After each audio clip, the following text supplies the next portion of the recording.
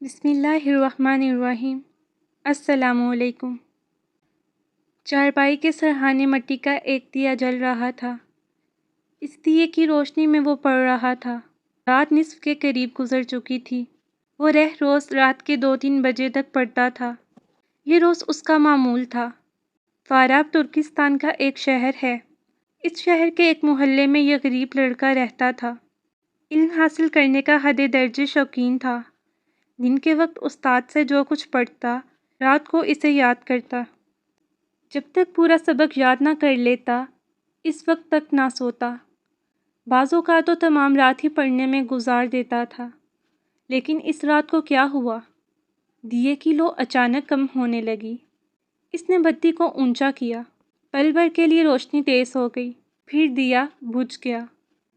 وہ جلتا بھی کیسے؟ اس کا تیل ختم ہو گیا تھا۔ اب تو وہ بہت پریشان ہوا۔ آدھی رات کے وقت تیل کہاں سے لاتا؟ تمام دکانیں بند تھیں۔ اگر کوئی دکان کھلی بھی ہوتی تو اس کے پاس کون سے پیسے تھے کہ ان کا تیل لے آتا؟ اپنا خرچ چلانے کے لیے وہ محلے کے ایک بچے کو پڑھاتا تھا۔ اسی طرح اسے جو پیسے ملتے، ان میں سے دیے کے لیے تیل بھی خریدتا تھا۔ اس بار تیل وقت سے پہلے ہی ختم ہو گیا تھا۔ اس نے سوچا اب کیا ہو سکتا ہے؟ بہتر ہے کتاب سرہانے رکھ کر سو جائے۔ لیکن ابھی تو اسے 2 گھنٹے اور پڑھنا تھا۔ وہ یہ 2 گھنٹے کس طرح ضائع کر سکتا ہے؟ اور پھر دوسرے دن کے لیے بھی تو اس کے پاس تیل نہیں تھا، پیسے نہیں تھے۔ وہ باہر نکلا، دروازے پر آ کر کھڑا ہو گیا۔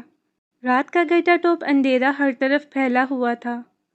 ایسے میں اسے اندھیرے میں روشنی کی ایک لکیر سی نظر آئی۔ اس کے قدم فوراً روشنی کی طرف اٹھنے لگے۔ نزدیک پہنچ کر اس نے دیکھا روشنی ایک قندیل سے آ رہی تھی اور قندیل چوکیدار کے ہاتھ میں تھا۔ اس نے چوکیدار سے بہت باادب ہو کر کہا، اگر آپ اجازت دیں تو میں قندیل کی روشنی میں کتاب پڑھ لوں؟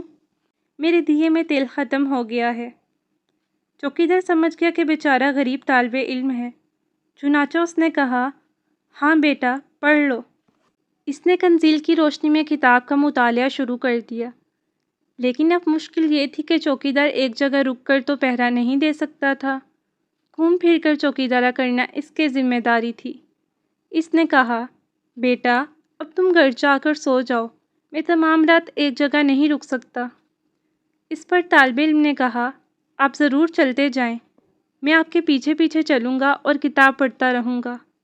چنانچہ چوکیدار آگے آگے چلتا رہا اور یہ پیچھے اس کے ساتھ ساتھ چلتے ہوئے قندیل کی روشنی میں کتاب پڑھتا رہا۔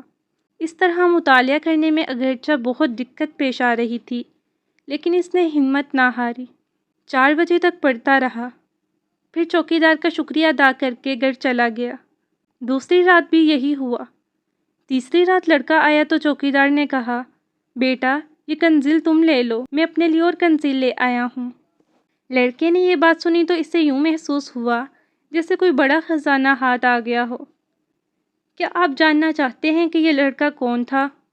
یہ لڑکا بڑے ہونے پر ابو نصر الفارابی بنا، جو عالم اسلام کے نامور فاضل، معقولات کے ماہر اور بے مثال فلسفی کے طور پر مشہور ہوئے۔ دنیا نے ان کی عظمت کا لوہا مانا۔ آج ان کی وفات کو تقریباً 1000 سال گزر چکے ہیں، لیکن ان کی عظمت اسی طرح برقرار ہے۔